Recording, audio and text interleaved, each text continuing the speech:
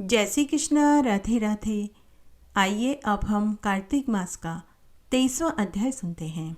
नारद मुनि राजा पृथु से बोले कि हे राजन, इसी कारण से उद्यापन में तुलसी की जड़ में भगवान विष्णु की पूजा की जाती है। तुलसी का मूल प्रदेश भगवान विष्णु को प्रसन्न करने वाला है। हे राजन, तुलसी का पौधा जिस घर में होता है वह घर तीर्थ के समान होता है। उस घर में यमदूत कभी नहीं जाते। तुलसी का पौधा सब पापों का नाश करने वाला और अभिष्ट फल को देने वाला है। जो मनुष्य अपने घर में तुलसी का पौधा लगाता है वह कभी यमराज को नहीं देखता। हमेशा उसे भगवान नंदी का दर्शन होता है। नंदी का दर्शन, गंगा स्नान व तुलसी के पौधे का संसर्ग, यह तीनों एक पुण्यप्रद है। तुलसी को छूने से कायिक, वाचिक, मानसिक तीनों प्रकार के पाप नष्ट हो जाते हैं। जो प्राणी तुलसी के दल से भगवान विष्णु का पूजन करते हैं वे पुनः गर्भ में नहीं आते। निसंदेह वे जीवन मुक्त हो जाते हैं। तुलसी के दल में पुष्कर आदि समस्त तीर्थ, गंगा आदि समस्त नदियाँ, विष्णु प्रभृति आदि सभी देवता वास करते हैं। तुलसी के पौधे के पास जो अपना प्राण विसर्जन करता है वह चाहे कितना ही बड़ा पापी क्यों न हो, उसे यमराज कभी नहीं देख सकते। राजा पृथु आगे बोले कि हे राजन, जो लोग तुलसी के काष्ठ का चंदन लगाते हैं वे हमेशा मोक्ष को ही पाते हैं। उनके द्वारा किए गए पाप उनके शरीर को स्पर्श तक नहीं कर पाते। हे राजन, जहाँ तुलसी के वन की छाया हो वहाँ पितरों का श्राद्ध करना चाहिए। वहाँ पर पितरों के निमित्त दिया हुआ दान हमेशा के लिए अक्षय फल हो जाता है। आंवले के वृक्ष की छाया में जो प्राणी पिंडदान करता है उनके पितर यदि नरक की यातना भी भोग रहे हों तो उन्हें भी मुक्ति मिल जाती है। सिर, हाथ, मुंह और देह में जो आंवले को धारण करते हैं उनको विष्णु रूप ही समझना चाहिए। आंवले के फल और तुलसी के दल को पानी में मिलाकर जो प्राणी स्नान करता है उन्हें गंगा स्नान करने जितना फल मिल जाता है। जो मनुष्य आंवले के पत्तों और फलों से देवताओं का पूजन करते हैं उन्हें स्वर्ण, मणि, मोतियों द्वारा पूजन करने जितना फल मिलता है। कार्तिक मास में सभी तीर्थ, ऋषि आदि सभी देवता, सभी यज्ञ जब सूर्य तुला राशि में होता है आंवले के वृक्ष में आकर वास करते हैं। जो मनुष्य द्वादशी तिथि को तुलसी दल, कार्तिक में आंवले का पत्ता तोड़ता है वह रोरव नरक में जाकर वास करता है। जो कार्तिक में आंवले की छाया में बैठकर भोजन करते हैं उनके अंतर संसर्ग में सभी दोष नष्ट हो जाते हैं। कार्तिक मास में जो आंवले की जड़ में विष्णु जी का पूजन करते हैं उसे श्री विष्णु क्षेत्रों व पूजन करने जितना फल मिलता है। आंवले तथा तुलसी की महत्ता का वर्णन करने से श्री ब्रह्मा जी भी असमर्थ हैं। इसलिए धात्री तुलसी के जन्म की कथा सुनने से मनुष्य वंश सहित मुक्ति को पाता है।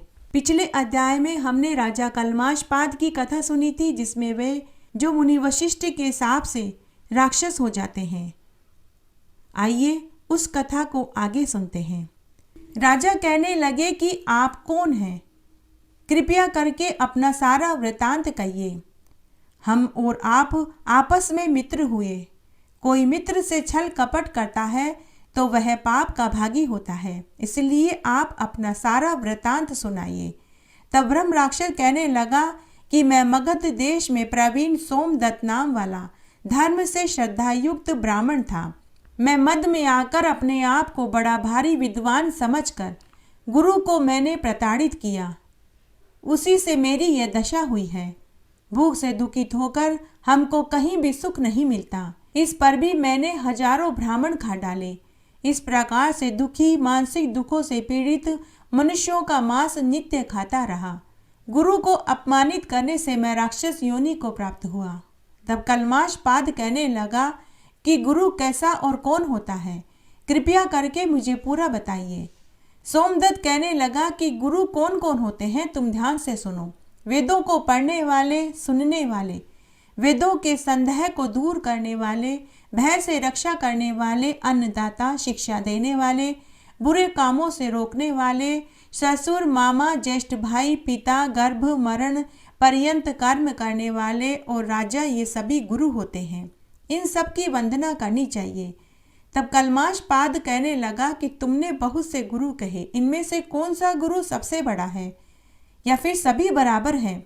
तो सोमदत्त कहने लगा कि हम राक्षस हैं, भूख और प्यास से अति दुखित रहते हैं, फिर भी गुरु की महिमा कहने से कल्याण ही होगा। ये सब गुरु बराबर हैं। इस पर भी शास्त्र का सारांश तुम ध्यान से सुनो। वेद तथा मंत्रों का उपदेश करता, पिता और धर्म का मार्ग बताने वाले ये विशेष गुरु होते हैं। इनमें भी विशेष गुरु जो देव पूजा से कर्म करावे, देव पूजा का फल बतलावे, गुप्त मंत्रों का उपदेश दे, वही श्रेष्ठ गुरु हैं। धर्मशास्त्र तथा पुराणों के कहने वाले श्री वेद व्यास जी ने वेद और शास्त्रों के भाग करके पुराणों में सर्व धर्म शास्त्र कहे हैं। पुराणों के नित्य श्रवण से बुद्धि निर्मल हो जाती है, पाप नष्ट हो जाते हैं और शुद्ध ज्ञान मिलता है। जो मनुष्य धर्म, अर्थ, काम और मोक्ष चाहता है उसको पुराण सुनना चाहिए। हमने गौतम ऋषि से सब ज्ञान सुने। मनोरमा गंगा के तीर पर श्री गौतम जी के कहे सारे धर्म शास्त्र और पुराण मैंने सुने। एक समय मैं महादेव जी का पूजन कर रहा था। उसी समय श्री गौतम जी वहां पधारे। मैंने खड़े होकर उनको प्रणाम किया, पूजा में ही लगा रहा। गौतम जी हमारा पूजन देखकर बहुत प्रसन्न हुए कि हमारे कहे हुए कर्म को कर रहा है, परंतु श्री महादेव जी ने हमारे द्वारा गुरु का अपमान करते हुए देखकर ब्रह्म राक्षस बना दिया। जो कोई गुरु का अपमान करता है उसके सब धर्म कार्य नष्ट हो जाते हैं। जो कोई आदर से गुरु की सेवा करता है उसको ऐश्वर्य प्राप्त होता है। उसी पाप से हम अंतःकरण में चले जाते हैं। न जाने इस सुधा रूपी अग्नि से मुझे कब मुक्ति मिलेगी। सूत जी कहते हैं कि हे ऋषियों, उनकी इस गुरु की महिमा और धर्मशास्त्र की चर्चा करने से उनके सारे पाप नष्ट हो गए। इतने में दूर से आते हुए गर्गाचार्य ऋषि को उन्होंने देखा। तब राक्षस, पिशाचिनी और वह ब्रह्म राक्षस सभी ने दोनों हाथ उठाकर उनकी तरफ भागे और कहने लगे कि हमारा भोजन आ गया। परंतु तभी गर्गाचार्य ऋषि को देखते ही अचानक उन दोनों में सद्बुद्धि प्राप्त हुई। तब राक्षसी कहने लगी कि हे महात्मा, आपको नमस्कार है। हमने कितने ही ब्राह्मण खा डाले, परंतु आप तो महादेव जी के नाम से सुरक्षित हैं। हमने नाम की महिमा तथा गंगाजल की महिमा सुनी है। पृथ्वी के सारे तीर्थ गंगाजल की एक बूंद के बराबरे भी नहीं कर सकते। तुलसी दल युक्त और सरसों के दाने भी गंगा जल ही 21 कुलों को पवित्र करता है। इसलिए गंगा जल के अभिषेक से हम पापियों की आप रक्षा करो। इस प्रकार उसके भक्ति युक्त वचन सुनकर ब्राह्मण को बड़ा विस्मय हुआ कि लोक की माता गंगा जी में इन पिशाचों की इतनी श्रद्धा है तो ज्ञानी पुरुषों की कितनी होगी। गर्गाचार्य मुनि ने कृपा करके तुलसी दल युक्त गंगाजल से उन दोनों का अभिषेक किया। अभिषेक करते ही वे राक्षस को छोड़ देवतुल्य हो गए। पुत्र युक्त ब्राह्मणी सोमदत्त शंख, चक्र, गदा, पद्म धारण किए चतुर्भुज विष्णु रूप होकर गर्गाचार्य की स्तुति करते हुए विष्णुलोक को गए। राजा कलमाश पाद वापस अपने राज्य को प्राप्त हुआ और कुछ सोच में पड़ गया। तब गुप्त रूप से सरस्वती उसको इस प्रकार सोच में पड़े हुए देखकर बोली कि हे राजन, सोच मत करो। राज्य के अंत में तुमको भी विष्णुलोक की प्राप्ति होगी। अच्छे कर्मों से पाप रहित होकर विष्णु की भक्ति में लगे रहना, दया युक्त वेद मार्ग पर चलना, गुरु की पूजा में रत होने से लोगों को विष्णुलोक की प्राप्ति होती है। सरस्वती के वचनों को सुनकर आनंदित हो राजा ने गुरु का स्मरण किया और गर्ग ऋषि को प्रणाम करके श्री गंगा जी की स्तुति करी। विष्णु जी का स्मरण कर काशी में गया। 6 महीने तक काशी, गंगा, विश्वेश्वर महादेव के दर्शन करता हुआ अति आनंद के साथ अपने राज्य को आया। गुरुजी ने अभिषेक किया और फिर अनेक भोगों को भोग कर पृथ्वी का रक्षण करता हुआ मोक्ष को प्राप्त हुआ। सूत जी ऋषियों से आगे बोले कि इसमें कोई आश्चर्य नहीं है। विष्णु जी और काशी के गुण गाना, स्मरण करना, गंगाजल पान करने से मनुष्य मोक्ष को ही पाता है।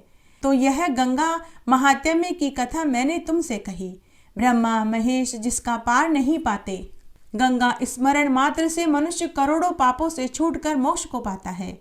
गंगा गंगा बार बार कहने से मनुष्य बहुत से पापों से छूट जाता है। जो मनुष्य इस महात्म्य को पढ़ता, सुनता या सुनाता है उसको भी सहस्त्र गंगा स्नान करने जितना फल मिल जाता है। आइए अब हम कार्तिक स्नान की एक पवित्र पौराणिक कथा सुनते हैं। एक बार एक गांव में एक जाट दंपति अपने 2 बेटा बहुओं के साथ रहते थे। जाट दंपति हर साल कार्तिक मास का स्नान और व्रत करते थे।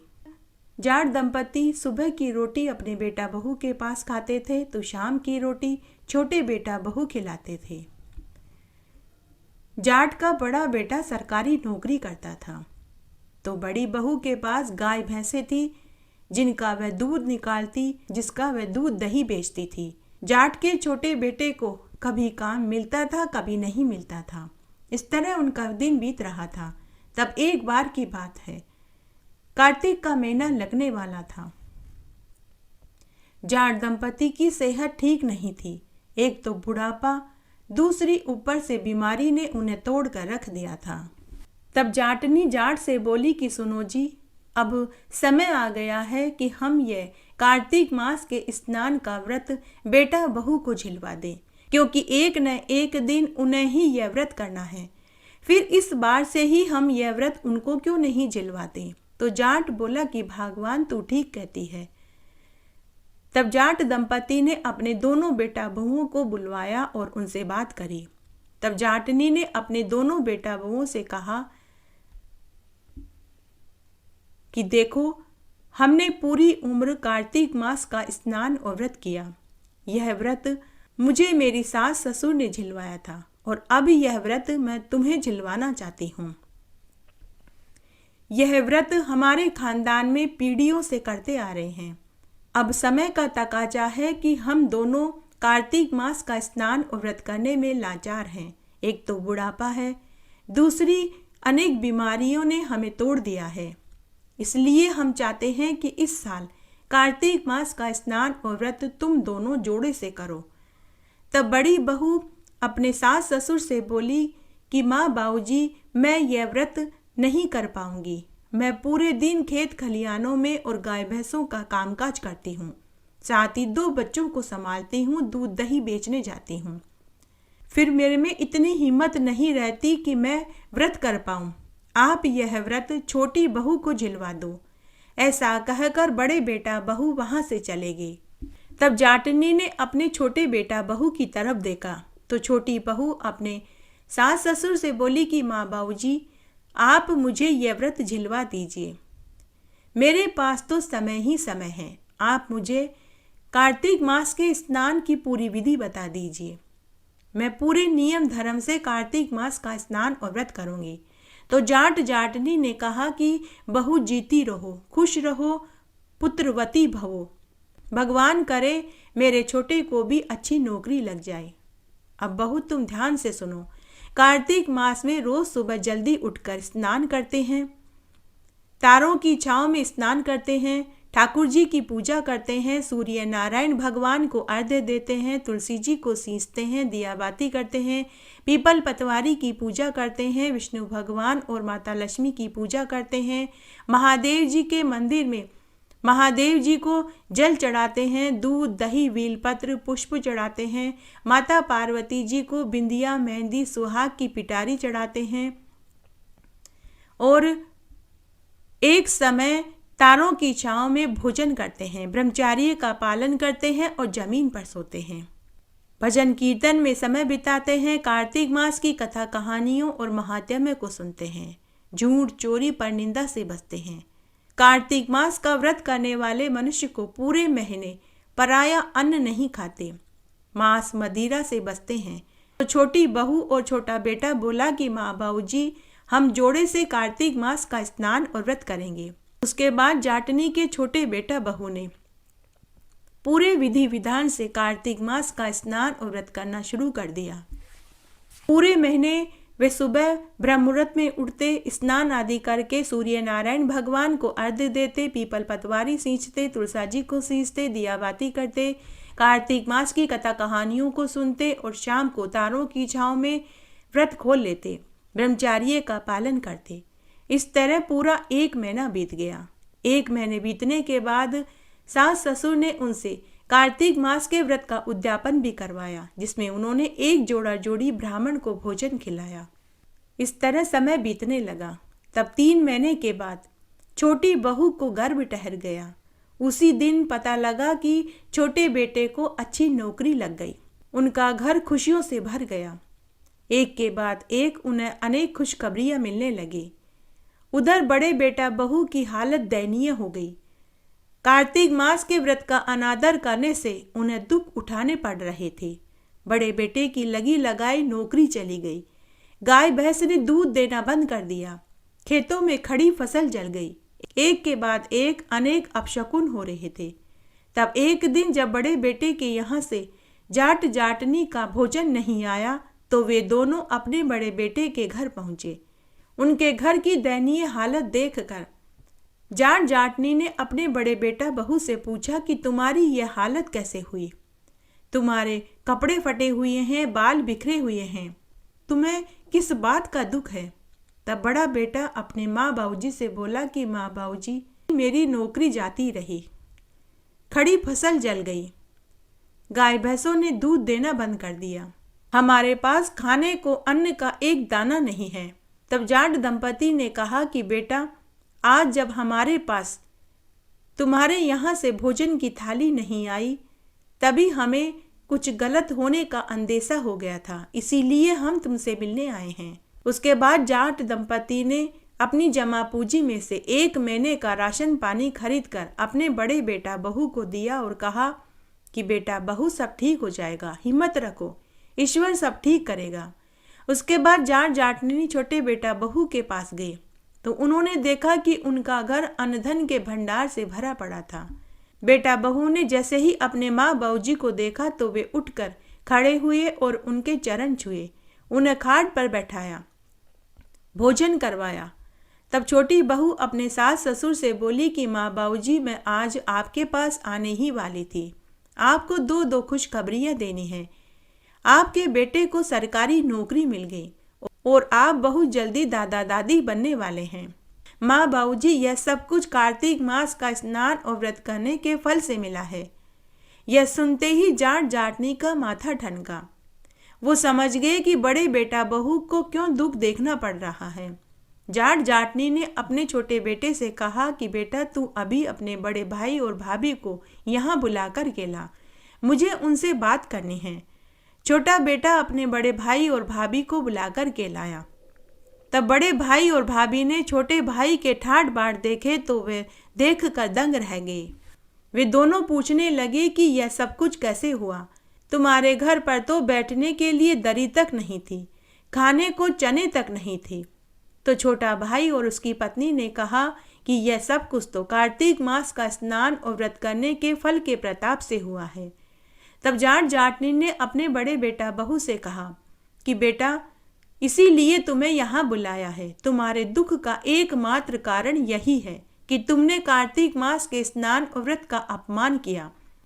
यह सुनकर बड़े बेटा बहू पछताने लगे और अपने माँ बाबूजी से माफ़ी मांगने लगे और बोले कि अगली बार जब कार्तिक का महीना आएगा तो हम भी पूरे विधि विधान से जोड़े से कार्तिक मास का स्नान और व्रत करेंगे। उसके 9वें महीने के बाद छोटी बहू को पुत्र रत्न की प्राप्ति हुई। जब दोबारा कार्तिक मास का महीना आया तो जाट जाटनी के दोनों बेटा बहुओं ने जोड़े से कार्तिक मास का स्नान और व्रत किया। उस व्रत के प्रताप से बड़े बेटा बहू को भी सब सुख मिले। हे विष्णु भगवान, जैसे आपने कार्तिक मास के स्नान का फल जाट जाटनी के दोनों बेटा बहुओं को दिया, वैसा सबको देना। कहानी कहने वाले को, सुनने वाले को और हुकारा बनने वाले को। तुलसी महारानी की आरती। तुलसी महारानी नमो नमो, हर की पटरानी नमो नमो। कौन से महीने में बोई रानी तुलसा, तो कौन से महीने में हुई हरियाली। आषाढ़ के महीने में बोई रानी तुलसा, तो सावन के महीने में हुई हरियाली। कौन से महीने में हुई तेरी पूजा, तो कौन से महीने में हुई पटरानी। कार्तिक के महीने में हुई मेरी पूजा, तो मंगसर मास में हुई पटरानी। धूप दीप नैवेद्य आरती, तो पुष्पन की बरसा बरसानी। 56 भोग 36 व्यंजन, तो बिन तुलसा हर एक न मानी। जो कोई तुलसा को सवेरे गावे, तो श्री कृष्ण के दर्शन पावे। जो कोई तुलसा को दोपहर गावे, तो खीर कांड का भोग लगावे। जो कोई तुलसा को संझा को गावे, तो श्री कृष्ण जी की आरती उतारे। जो कोई तुलसा को आधी रात को गावे, तो श्री कृष्ण जी के चरण दबावे। तुलसा महारानी नमो नमो, हर की पटरानी नमो नमो। जय हो तुलसी माता की जय। इस तरह आज हमने कार्तिक मास का यह अध्याय सुना, साथ ही कार्तिक स्नान की कहानी सुनी, तुलसी महारानी की आरती सुनी। आशा करती हूँ यह आपको जरूर पसंद आएगा। मेरे साथ बने रहने के लिए आपका धन्यवाद। आगे आने वाली कथा कहानी के लिए भी आप इसी तरह मेरे साथ बने रहें। धन्यवाद।